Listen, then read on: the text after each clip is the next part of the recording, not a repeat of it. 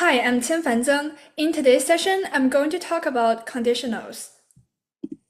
First, let's have a look at the control flow statements. The first one is sequential statement. This means that the code will be executed in a linear manner from top to bottom. And the second one is conditional branching. Now we are doing decision making based on certain scenarios or conditions. And the third one is loops. This time we are taking a piece of code, and this code will be executed repeatedly for many times.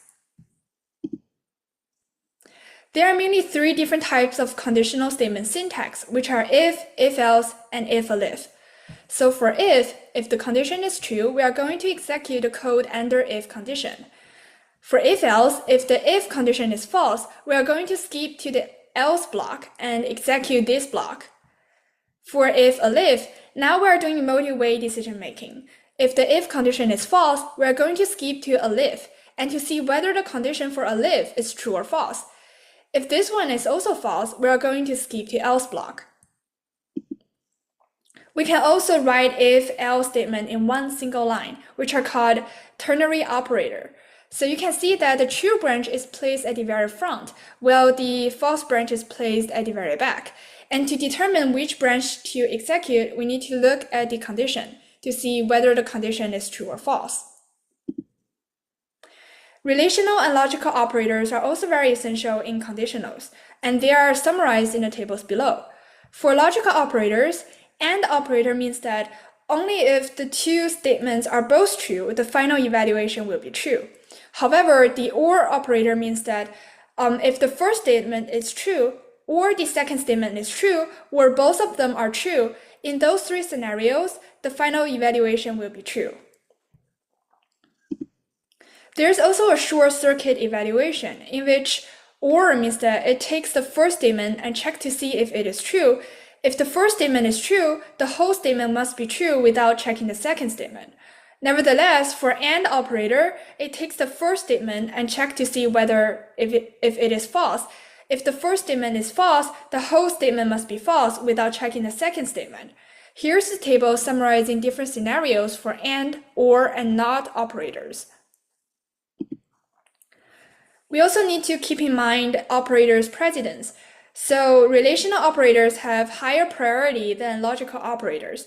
In logical operators, NOT has the highest priority, and then and the lowest one is OR. We also need to consider some nested conditions which are more complex. First of all is the nested if-else condition. For this one, if the if condition is true, we proceed to the nested block. However, if the if condition is false, we will skip to the else block. And here is a practice question regarding the nested if-else condition. Please take a pen and paper to try out this question. Let's have a look. So for this question, 10 is assigned to the variable I. If I is equal to 10, this one evaluates to true, and we proceed to the nested block. If I is smaller than 15, this one is also true, so we output the number is smaller than 15. Then we come to the inner if condition. If I is smaller than 12, this one is also true, so we output the number is smaller than 12 too. Keep in mind that for the first if condition and the second if condition, they both evaluate to true, so we need to skip the last two else statements. We need to skip this one and this one. So this is the final output. We also have some very complex scenarios in which we combine if else, and if. Here's a practice question. Please take a minute or so to consider the answer. So for this question, 95 is assigned to variable score. If score is greater than or equal to 60, this one is true, so we proceed to the inner block. If score is smaller than or equal to 80, this one is false, so we skip to elif. However, for elif, score is not smaller than or equal to 90 because score is 95, so this one is also false, and we skip to else. We output perfect, and because we know that if score is greater than or equal to 60, this one is true, so we need to skip the else block. The final output is perfect. If you have some extra problems and questions regarding this session, please don't hesitate to reach out to me. Thank you for listening.